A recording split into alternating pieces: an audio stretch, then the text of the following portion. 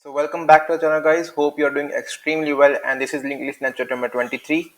In this question we are going to discuss y intersection of the two linked lists, right? Now what do I mean by the question is the question provides you with two heads, head 1 and head 2 and head 2. In this case head 1 is this one and head 2 is here, right?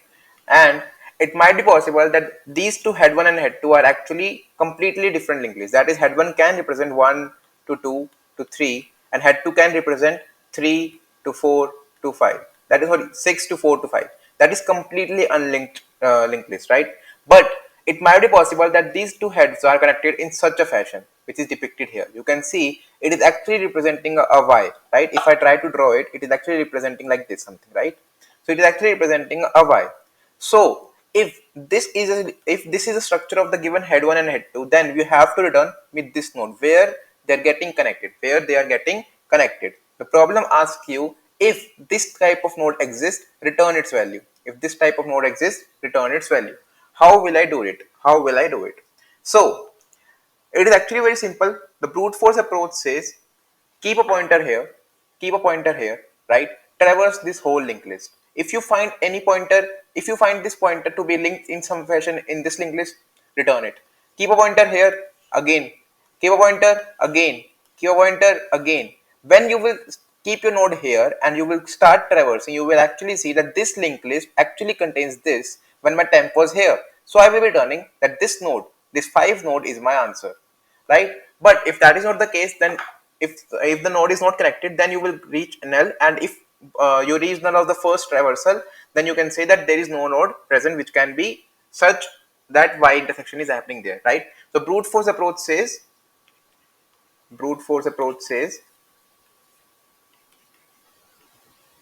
traverse one linked list for each step,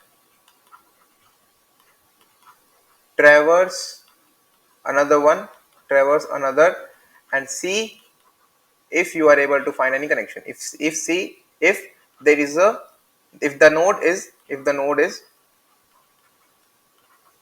common to both. This is your brute force solution. Why brute force? Because you are actually checking for each one. And what is time complexity? Suppose this is of length n and this is of length m. So you are actually traversing n times here and m times here. So O of nm, actually a square complexity, actually a square time complexity. And also the, what do we say, the space complexity is 1, right? Because we're not using extra space. But what is the another approach? The optimal, not optimal, I will say efficient approach that is better than this. What will I do? I will just keep all the nodes inside a map. That is, I will traverse head 1. So my way is traverse head 1 and store node, not the value, store the node. Store the nodes in a map, right? Secondly, traverse head 2. If the node is in map, if some node is in the map, then in that case break the loop, because you have found the answer. Break the loop as you have found the answer, right? If that answer is not found, you can easily return null, because there is no connection with the linked list. But still, what is the time complexity here? You are using O of n plus m as a time complexity, and the space complexity is getting added. Here it was O of 1, but here it is O of n, right? That is not the case I want. I just wanted to convert O of 1, and I wanted to convert to O of n plus m only. How can I do it? That is the way where my optimized solution comes on. Optimized solution.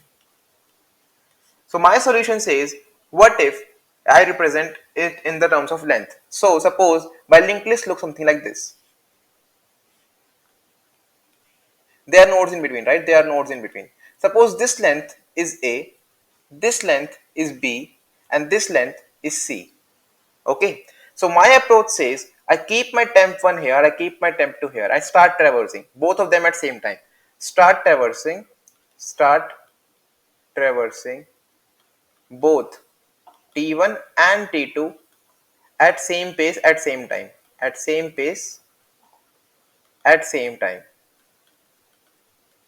right? First of all. Second of all, if during traversal any of them any of them becomes and not any, both of them becomes equal, that is they are pointing to the same node, that is this node, then that is your answer. Becomes equal, return that node, return that node. Otherwise what will happen?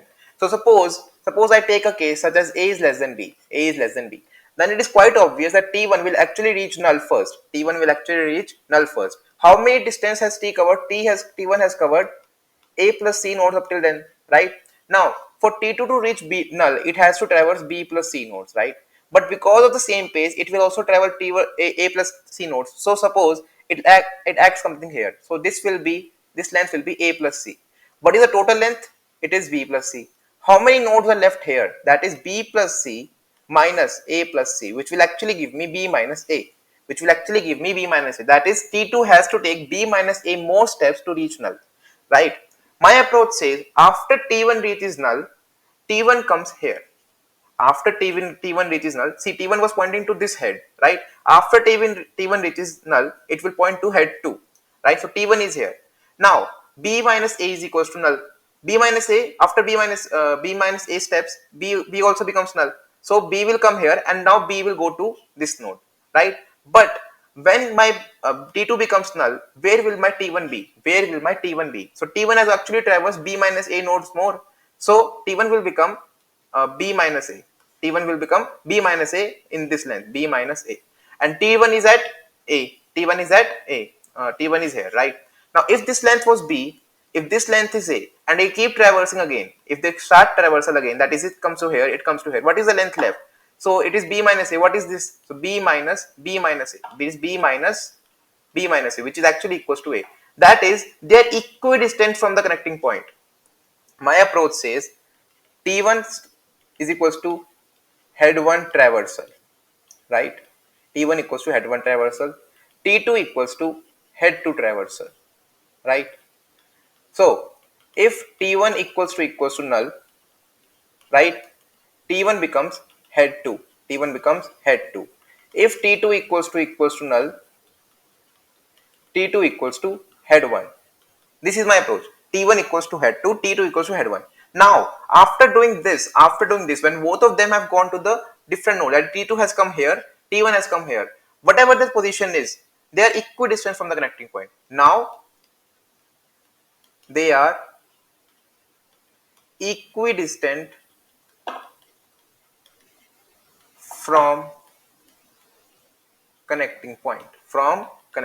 So what is happening is, I am saying my pseudocode looks something like this. T1 equals to head 1, T2 equals to head 2, T1 equals to head 1, T1 equals to head 2. Now I will say count. That is how many times I have changed. That is T1 equals to head 2, how many times have I done? So it is 0 right now. Now what will I do? I will say while T1 and T2. What will happen? T1 equals to T1 next, T2 equals to T2 next. Simple, right? If T1 becomes null, what will I do? I will say check plus plus. First of all, increment your check because you are traversing, and T1 becomes head 2 now. T1 equals to head 2. And similarly, if T2 equals to null, in that case check plus plus again, and T2 equals to head 1. T2 equals to head 1. Now, if your check is equals to 2, that means you have changed the poles. If check equals to 2, in that case, break the loop. Now your nodes T1 and T2 are equidistant from C. T1 and T2 are now equidistant from answer node, if it exists, from answer node, if it exists, right? So now what will I do? I will just keep traversing. So while T1 and T2, what will I do? If T1 equals to T2, return that node, return T1, because both are pointing to the same node. Otherwise T1 equals to T1 next, T2 equals to T2 next, right? And after this, if this statement is not running anytime, that means there is no connection and that can return null. So return null, right? This is my approach. What is the time complexity now? So you can see I actually traversed in the worst case a plus c, that is, suppose this is length m, this is length m. So a plus c plus a, that is A plus C plus A again, right? So it is 2A plus C, which is actually equals to A plus O of n, right? Actually equals to that only, right? O of m only. So I can treat it like that only. Okay, so it is optimized because space complexity is 1 here. Space complexity is also 1 here. Now it is time for you to see the code. And if you have any doubts, you know where to comment. I am open available in the comment section. So please don't forget to comment if you have any doubts or any appreciation also. Thank you, because it really motivates me. So let us see the code now. Alright, so here is the coding section. I'm using lead code for this, and I would like to request you to please subscribe to my channel before starting with the code, because it really motivates me. I'm able to see that only 30% of you have subscribed and rest of them have not subscribed. So please, if it is possible for you, please subscribe to my channel. I will surely bring out more amazing content in the future as well. Okay, so now let us get started. So list node get intersection node. What will I do? I will first make two nodes. List node start t1 equals to head A first, and star t2 equals to head B. Now what will I do? I will say int count equals to 0 right now, while my t1 is not null and my t2 is not null. Simple traversal. T1 equals to t1 next, t2 equals to t2 next. Now our approach was that if it is t2 equals to, this is an arrow here. Now our approach is if t1 equals to null, it has reached null. In that case, count plus plus, and t1 is now head 2. T1 equals to head 2, right? If t2 equals to null, then t1 will go to head 1 and count plus plus. So count plus plus and t2 equals to head 1. Now after that, I can say if my check has become equals to 2, that means I have interchanged the position of both. That means I can break out of the loop. Now the nodes are equidistant from the connection point if there is a one. So now while t1 and t2, what will happen? If t1 equals to 2, that is they are pointing to the same node, in that case I can simply return. Let me check if I have to return the node only. Yes, I have to return the node, so I can simply return the node. Otherwise, keep traversing. T1 equals to t1 next, and t2 equals to t2 next. If that is not the case, return null. Let us try to compile and run it. It should work fine, I guess. Oh, there has been some error. Head 2. There is no head 2. There is head A and head B, I guess. Yeah, head B. So it will be head B here and it will be head A below. Simple typing mistake. Let me forgive. Please forgive me for that. Again error. There is no check. Oh, it is count. I initially did this problem with check. So sorry. Count. Let us try to compile and run it now. Should work. And it is running. Let us try to submit it as well. It should work fine. And it is getting expected. So thank you for watching. We'll meet in the next lecture. Till then, keep coding, stay safe, and stay tuned. And if you have not pressed the subscribe button, do press it for more such amazing content. Thank you. Have a nice day.